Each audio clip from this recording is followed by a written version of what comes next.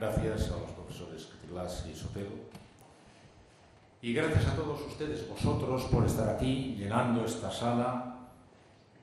Me impresiona mucho, me emociona mucho y me compromete muchísimo al tiempo que me va a hacer sufrir por cada minuto que van a tener que estar de pie algunas personas en esta reunión. La solemnidad del marco y la solemnidad del asunto parecería exigir un discurso muy articulado, un discurso conferencia absolutamente armado, y yo, sin embargo, he decidido dejar que hable ex abundancia cordis, que hable sinceramente mi pensamiento más espontáneo, por estar a la altura de vuestra expectativa o de vuestra esperanza. La reunión me dice a mí: vivimos estupefactos, desconcertados, vivimos asustados, nos da miedo el futuro, ¿qué nos va a pasar? Y hemos venido aquí, al comienzo de este curso, a ver si esta persona mayor, que tiene mucha experiencia, nos ilumina respecto a lo que nos va a pasar. Malas noticias. No tengo la más mínima posibilidad de explicaros lo que os va a pasar. Pero tengo la sensación de que os puedo explicar algunas cosas que os pueden de todas maneras ayudar. La primera de las cuales está muy relacionada, más que con nuestra actividad, con el momento del mundo en el que vivimos. Es un tiempo de estupor general. Hará unos 2 años, una importantísima revista francesa, el Nouvel Observateur, hizo un trabajo con personas de entre 50 y alrededor de 50 años, gente con experiencia y con responsabilidad, profesores, empresarios, líderes, para interesarse, a través de un cuestionario muy completo, por su actitud ante las novedades formidables que se estaban produciendo en el mundo, ante las nuevas tecnologías, las nuevas herramientas, las nuevas destrezas que era necesario tener. El resultado de la encuesta fue un larguísimo y maravilloso artículo del Observateur que venía a contar el balance final de las respuestas. El balance final era: la gente consultada tiene la impresión de que fue preparada para una cosa y le están pidiendo que haga otra.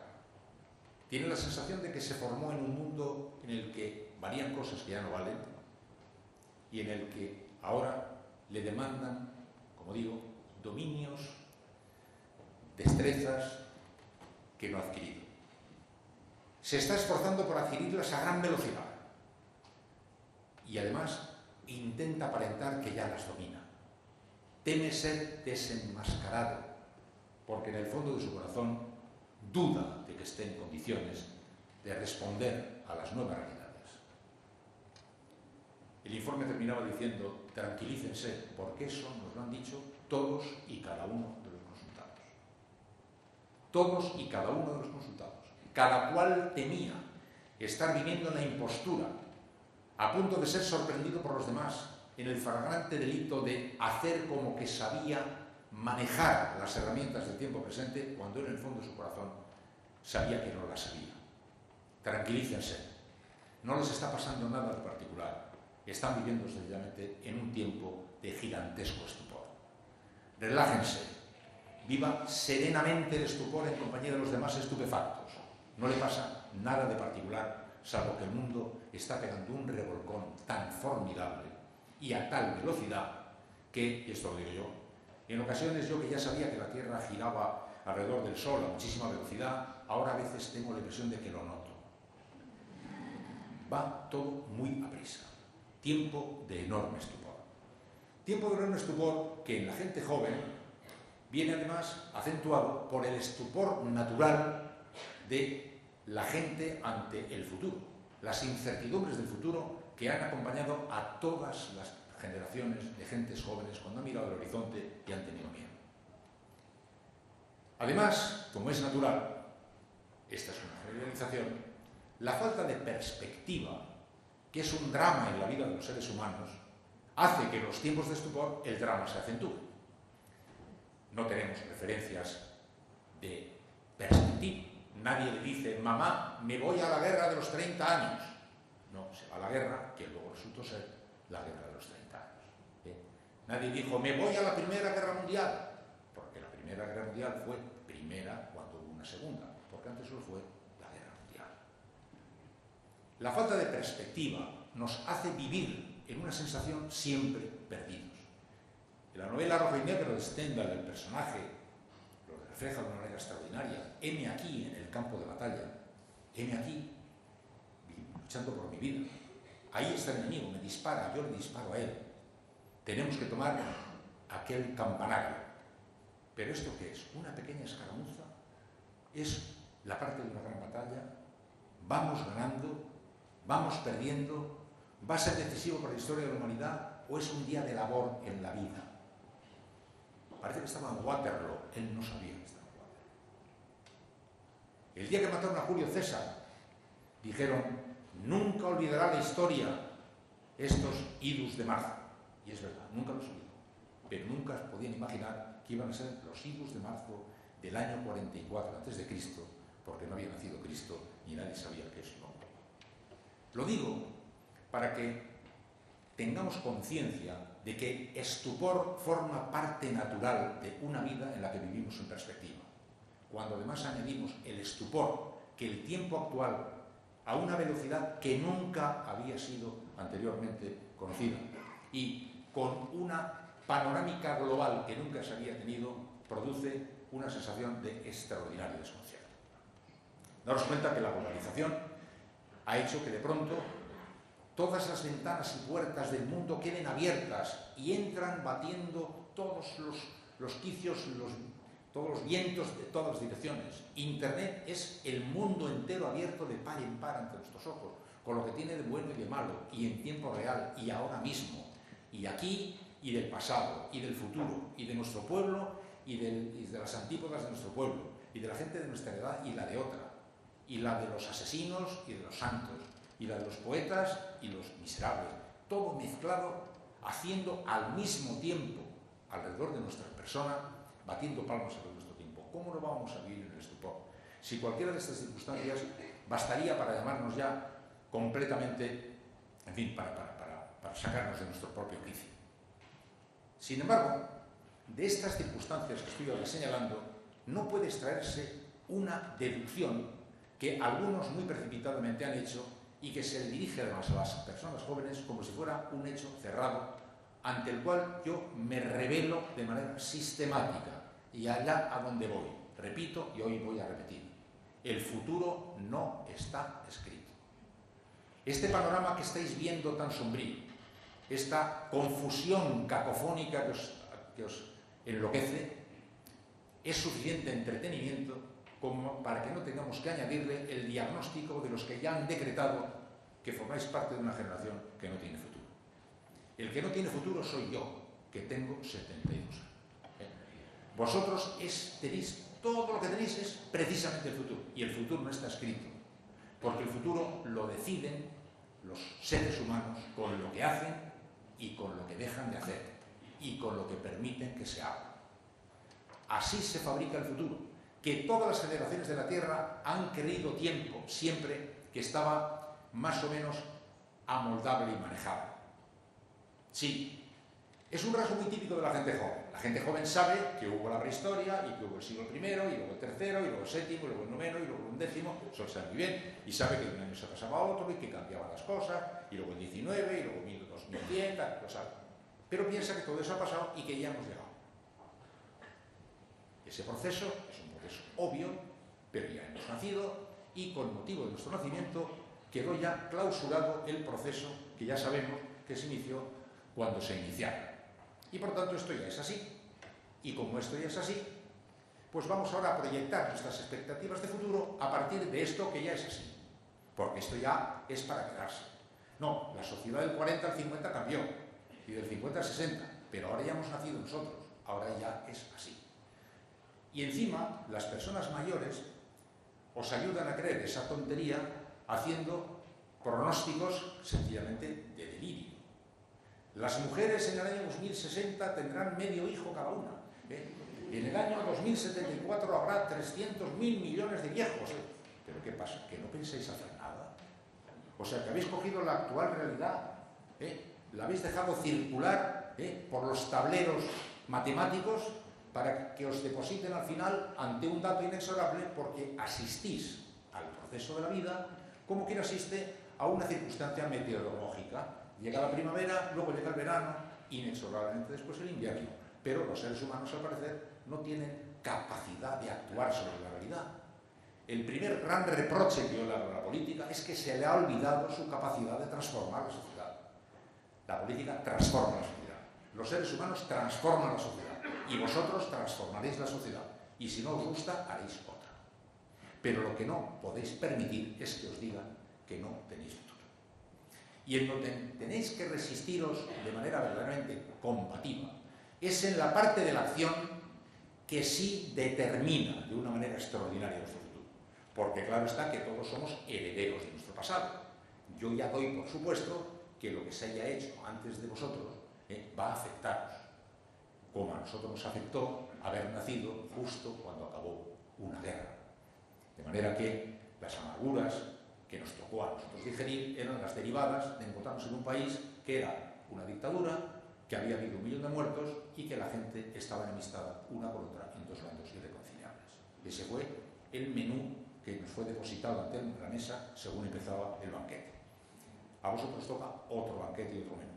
Todo ese banquete y otro menú no cierra inexorablemente los caminos, aunque los marca. Lo que sí cierra los caminos de una manera muy severa y es digno de ser combatido de forma muy militante es el asalto contra el medio ambiente. Porque ese sí que es ciertamente un territorio que no está tan fácilmente al alcance de nuestras formaciones humanas, y las reservas, la capacidad de la tierra, los equilibrios medioambientales no son en absoluto elementos a corregir con la posibilidad de corrección ni incluso de una revolución. Están relacionadas con procesos de otra naturaleza, por tanto ahí la batalla es portal por portal, calle por calle, día por día, persona por persona, desde el minuto 1. En este contexto general de la situación, nuestro oficio, el oficio que hemos elegido, vive también, naturalmente, las sacudidas con algún elemento añadido que lo agrava todavía más. Nuestro oficio, el periodismo, se ha desarrollado en el marco de una estructura empresarial que está alterada para siempre. El periodismo escrito pues corresponde a una industria pesada, antigua, que ya no tendrá posibilidad de ser recuperada como lo fue. Se adaptará como fuera, pero no podrá ser como fue. Gigantescas bobinas de papel atraviesan Europa en gigantescos camiones para llevar a enormes naves industriales las bobinas de las que después, enormes rotativas, harán un producto periodístico que terminaremos hoy a las 11 de la noche y que llegará a nuestro destino a las 8 de la mañana del día siguiente, cuando estamos a un clic de ver cómo van cambiando las cosas. Ese viejo modelo no se puede sostener. Y como ha sostenido no solo la actividad, sino el negocio y la supervivencia del negocio, tiembla el negocio porque la vieja actividad no se puede sostener. Está el mundo entero tratando de ver cómo acomodarse a las nuevas realidades, y no descarto que se encuentren en el momento actual a los problemas que antes os he citado. Os añado el de que nuestro oficio tiene en su matriz, la prensa escrita, un problema estructural que ahora mismo no tiene en modo alguno posibilidad de ser corregido. Se estudiarán maneras alternativas, otra cosa es la radio, etcétera, etcétera. Pero junto a esa crisis de verdad hay otras crisis o otros elementos que parecen anunciar el fin del periodismo.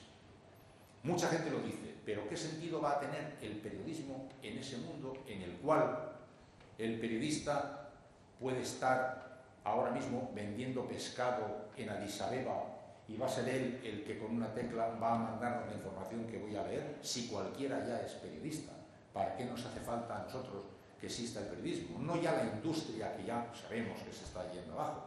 ¿Y el periodista para qué sirve en una sociedad como la actual? Ese pensamiento duró aproximadamente un año. Hubo hace unos 10 o 12 un año en el cual hubo una duda así sobre si existirá el periodista. tardó muy poco en descubrirse que precisamente por eso que acabo de decir, porque pueden llegar 1000 millones de señales desde 1000 millones de lugares diferentes de la Tierra, era más imprescindible la acción del periodista. Yo he escrito en algún sitio sobre ese libro también un pensamiento que no es mío, pero que me parece muy elocuente y que además es cierto, que dice: en tiempos de inundación lo primero que escasea es el agua potable. Es verdad. En tiempos de inundación lo primero que escasea es el agua potable, aunque parezca mentira. En tiempo de inundación informativa lo primero que escasea es el agua informativa potable. ¿Cómo se sabe dónde está el agua potable ahora que recibimos agua desde todos los rincones de la Tierra, canalizados o no, ordenados o no, organizados o no?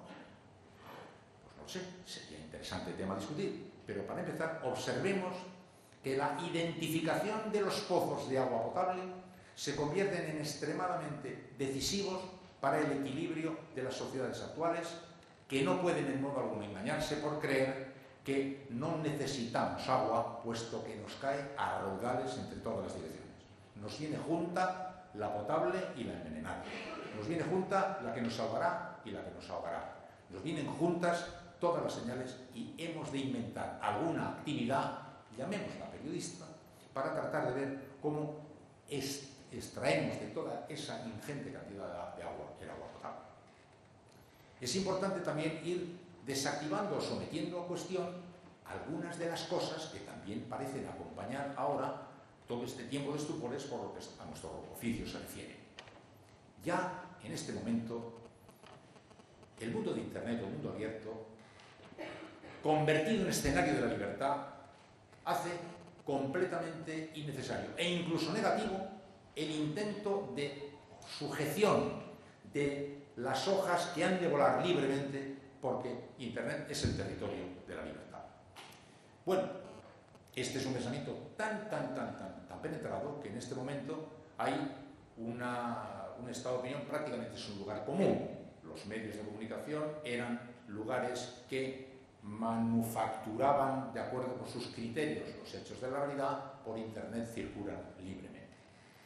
Bueno, yo solamente quisiera que leyerais el libro de John Lanier, que es un norteamericano, uno de los más importantes padres de todas las nuevas tecnologías, que está en los comienzos y en los albores de todos los grandes fenómenos que se han convertido en un éxito mundial, desde Google, etcétera, etcétera, etcétera. Un personaje verdaderamente extraño, que ha escrito libros muy perturbadores, y uno de ellos se titula ¿Quién controla el futuro? Y él, que es uno de los grandes padres de este gran espacio de la libertad, nos comunica: señores, no se hagan ilusiones, porque en ese espacio de la libertad, como en todos los espacios que en la historia de la vida han sido, los poderes están uniéndose para hacerse con la realidad, el control y el dominio de la situación. Los Big Data, etcétera, etcétera, son el gran campo de batalla donde los grandes poderes están haciéndose con las riendas de la situación, mientras nosotros creemos que ahí sí que sí, por fin, todo circula alegremente y cantan los pajaritos, pían por las mañanas. La batalla de resistencia a los poderes, la lucha por la identidad, la identificación de su verdad, la lucha por los derechos, no se va a concluir nunca. Y no se crea nadie que ha sido antes, pero ahora en la batalla de Internet todo eso ha desaparecido. No, no es por tanto cierto eso. Otro de los hechos más claros, pero que también admite algún tipo de observación para no caer en el espejismo, es el de que han muerto las intermediaciones. Daniel Innerarity, no sé si conocéis, un profesor de filosofía política de la Universidad del País Vasco, es un tipo extraordinario. Él habla muy bien de estas cosas, del fin de las intermediaciones. El periódico, el medio de comunicación es el intermediario entre el hecho y la gente. Las intermediaciones están siendo disueltas. Se ha creado una cierta divinización de la no intermediación. Nos fiamos más del que nos filtra una noticia que del periodista que nos la cuenta. Nos fiamos muchísimo más de una ONG que de un gobierno que nos informa. Nos fiamos muchísimo más de nuestro club de amigos que nos intercambiamos las señales que de cualquier otra señal que venga. Y eso, que forma parte de la realidad, tiene que tener también, tiene que ser sometida a un criterio mínimamente cauteloso. el anonimato es la gran realidad de la libertad, eso no es cierto. Pues yo llevo aquí diciendo ahora que Luis Enrique ha dimitido, porque me lo ha dicho un señor que estaba vomitando ahí en el patio según he entrado, estaba ahí en una borrachera monumental que tenía, y al pasar, según pasaba, me ha dicho, Luis Enrique dimite. Dice, bueno, ya, ¿y ese quién es? Dice, no, vamos a ver. ¿Importa quién dice las cosas o no importa quién dice las cosas? Si os digo que me lo ha dicho un borracho que estaba ahí, o digo que me lo ha dicho el presidente del Barcelona, ¿hay alguna diferencia? Sí. No caigamos, por tanto, en la mitología del anonimato como territorio de la libertad, porque aunque tendremos que dibujar nuevas vías de solvencia, aunque a lo mejor no les damos la autorización de la solvencia a los que la tienen, y se la quitamos y se la vamos a dar a otro, y a lo mejor es a ti, a lo mejor eres tú la referencia de solvencia para tus compañeros dentro de 3 años, siempre será necesaria la referencia de solvencia. Solvencia que, por cierto, como sabéis que el gran objetivo de la vida de un periodista es la credibilidad. La credibilidad es decencia más tiempo. La credibilidad se consigue con decencia más tiempo. Le falta decencia, le falta tiempo. Solo con decencia no se consigue en el primer día. Solo con tiempo no se consigue si no hay decencia. Si hay decencia y tiempo, aunque se cometan muchos errores, se tiene una referencia de solvencia. La referencia de solvencia es lo que en este momento va a cambiar por completo. Ya no será a lo mejor el New York Times, no será El País, no será el Le Monde, no será el SER, no será RACU. La referencia de solvencia a lo mejor eres tú, que con 3 amigos has construido un asunto que explica lo que pasa en el Ampurdán y eres la voz de la referencia de la solvencia en el Ampurdán. O en todo el mundo, con los formatos que queráis, con los contenidos que se decidan, pero la necesidad de asomar en ese mar de aguas que nos inundan. Las fuentes de agua potable, la búsqueda de la solvencia será imprescindible y la gente la demandará, y lo demandará de una manera creciente. ¿No es un poco contradictorio que estemos diciendo que el anonimato es la libertad y que lo no anónimo es sencillamente un elemento de control en una sociedad en la que le pedimos la trazabilidad a la chuleta que nos vamos a comer?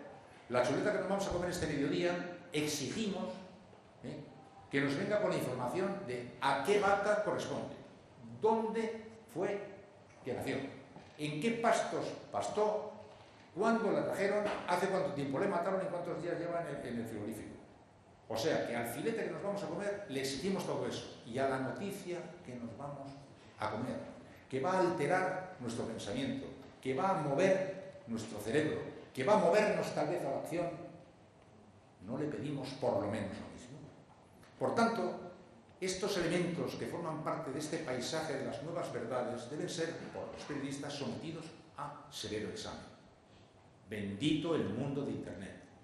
Todos vivimos entusiasmados en sus grandes posibilidades, pero desconfiemos de todos y cada uno de los elementos, porque todos los elementos traen en una mano la gran carga de luz y de fuerza de futuro, y de otra mano el control o el riesgo de que sean las herramientas que nos controlen. Tenemos, por tanto, que tener cuidado con todos estos elementos. Hay un profesor coreano, que no me acuerdo cómo se llama, Chi Wen-Blum, que es muy bueno, un profesor de la Universidad de Berlín, y que yo le leo bastante, pero nunca me quedo con su nombre, que este dice, en los tiempos actuales, además, con la confianza ya no es necesaria. O sea, no necesitamos referencias de confianza, porque los datos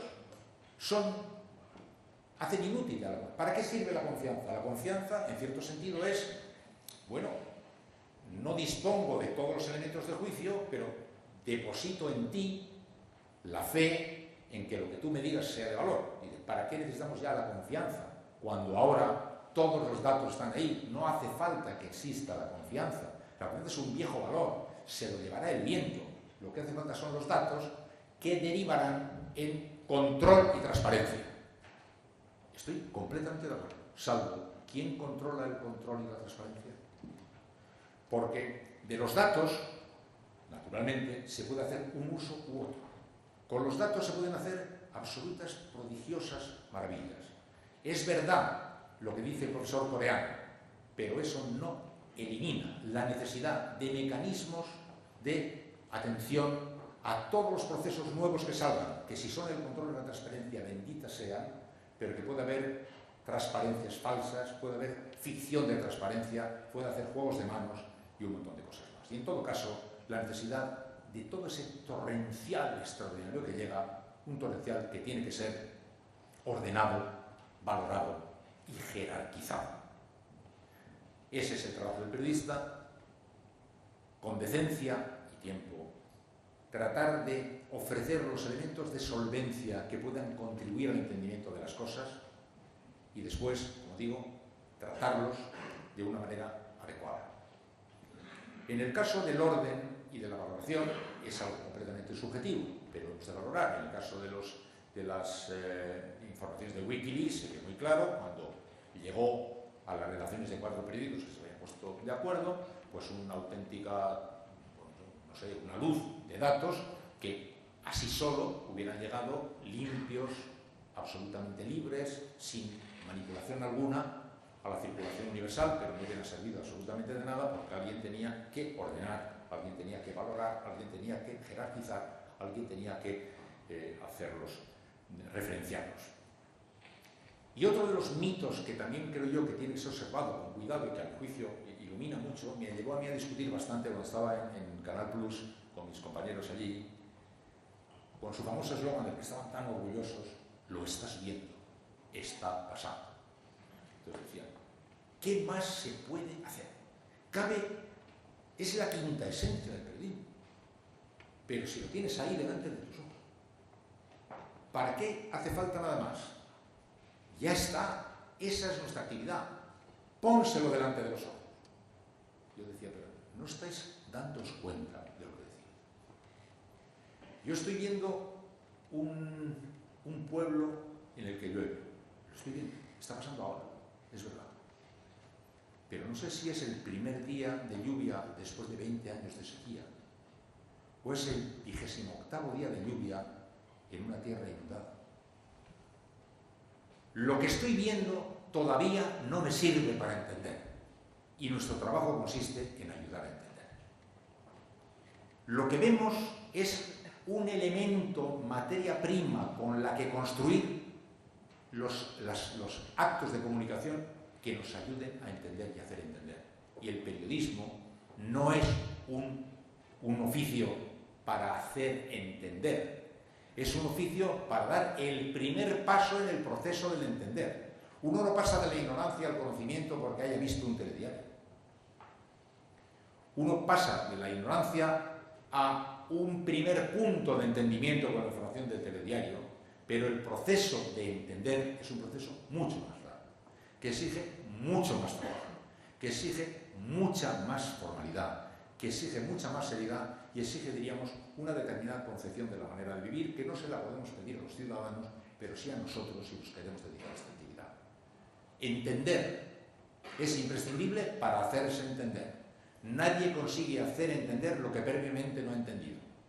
Y pasar del conocimiento a través de la información al entendimiento requiere trabajo, requiere esfuerzo, requiere una determinada manera de vivir. Hay una manera de vivir en periodista, que es una manera de tratar de entender, extender los tentáculos, extenderlos por tu piel, tratar de conocer mejor al otro, conocer mejor la vida, conocer mejor las realidades y sus extraordinarias complejidades hasta donde se pueda llegar, porque el objetivo es hacer entender, ayudar a hacer entender.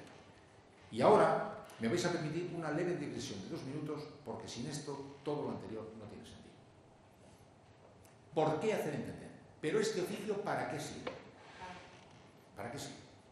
Nosotros ahora, como somos jóvenes y vivimos en este tiempo de estupor y de enormes transformaciones, lo que queremos es estar al día con las tecnologías que ahora mismo forman parte de las herramientas del presente. Y hay una obsesión por las herramientas. Y hay una ceguera en torno a las herramientas. Y hablar de nuevas tecnologías parece ser lo único que nos mete en la modernidad. Simposium sobre periodismo en París. Van a hablar de empresa y de nuevas tecnologías. Seguro. De nuevas tecnologías porque parece que la acción está conectada con el dominio de las destrezas que son imprescindibles, pero que serán sustituidos por otros dentro de 10 minutos y por otros dentro de otros 10 y por otros dentro de otros 40. Y que los aprenderéis como hemos aprendido todos, hasta yo, el manejo de las nuevas tecnologías.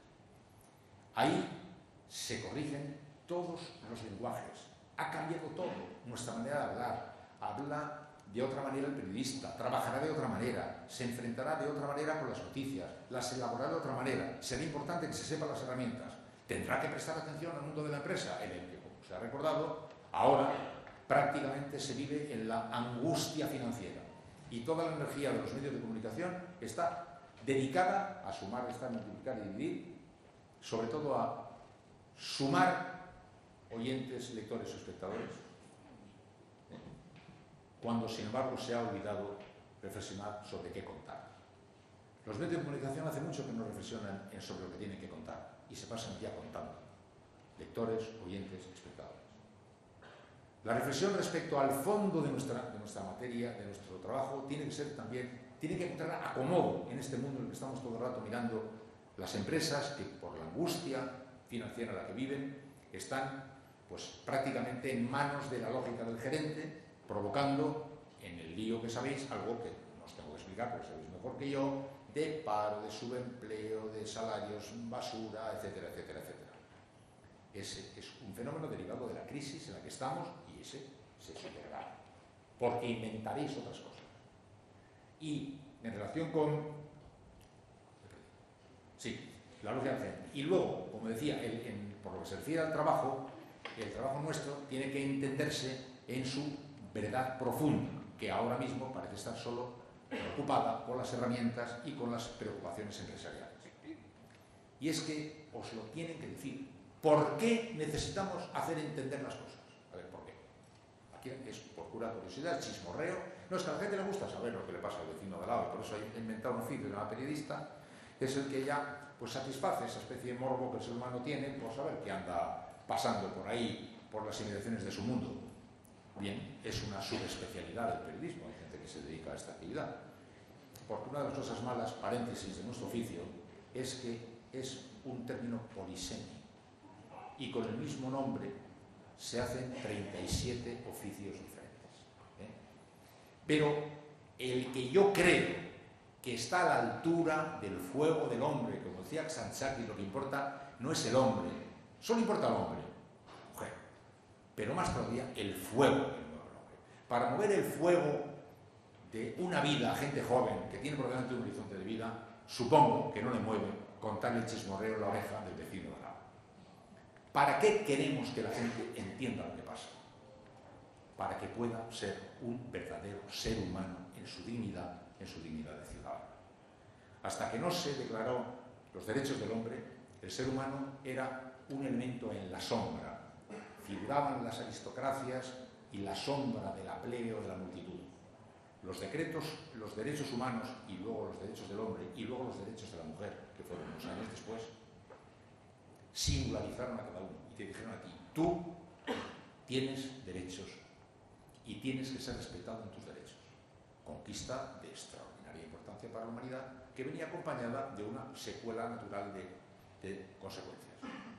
Como tú, en vez de ser una sombra a la multitud, que yo, en fin, que soy muy noble, pues decido actuar para vuestro bien.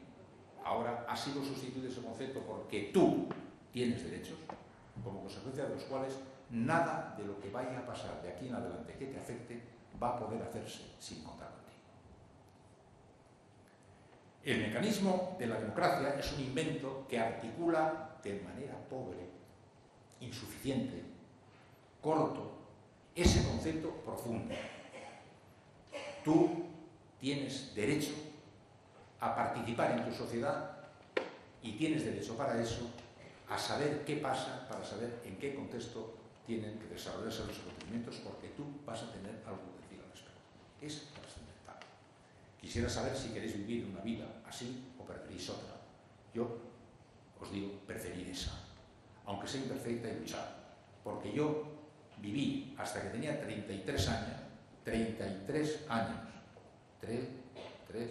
y 3 hijos, en un sitio en el que no teníamos esos derechos. Y cuando mis hijos me decían, bueno, pero una dictadura, ¿qué es? Que no hay partidos políticos. No, una dictadura es que no puedes leer los libros que quieres leer, no puedes ver las películas que quieres ver, no puedes decir lo que quieres decir, no puedes verte con quien quieres verte, no puedes amar a quien quieres amar. No puedes creer en quien quieres creer. No aguantaríais una semana. 33 años y 3 años. Lo cual creo que me autoriza a ser bastante vehemente en la defensa de este artilugio ahora mismo tan polvoriento y tan hecho papilla, que es la democracia, para que la tumbéis si queráis, pero para hacer otra mejor, en la que el concepto de yo tengo un derecho y nadie podrá hacer nada sin votar conmigo, sea el núcleo de las cosas. Como luego sois muchos y es muy difícil iros preguntando uno por uno qué hay que hacer, se termina inventando un mecanismo imperfecto, así que hay uno que representa a todos, etc. Y de ahí las pobrezas del juego. Pero el juego conceptualmente es ese. Y el periodismo, inmediata su consecuencia de lo anterior, surge para decir, puesto que nada de lo que te concierna puede ser hecho sin ti, tú tienes que saber lo fundamental de lo que ocurre para saber en qué dirección quieres tú que vayan las cosas. Nuestro trabajo tiene una misión muy importante. Es hijo de la democracia y además en la democracia, solo en la democracia florece. De manera que si no hubiera democracia, los periodistas solo por razones de supervivencia profesional tendríamos que salir a matar para que lo hubiera.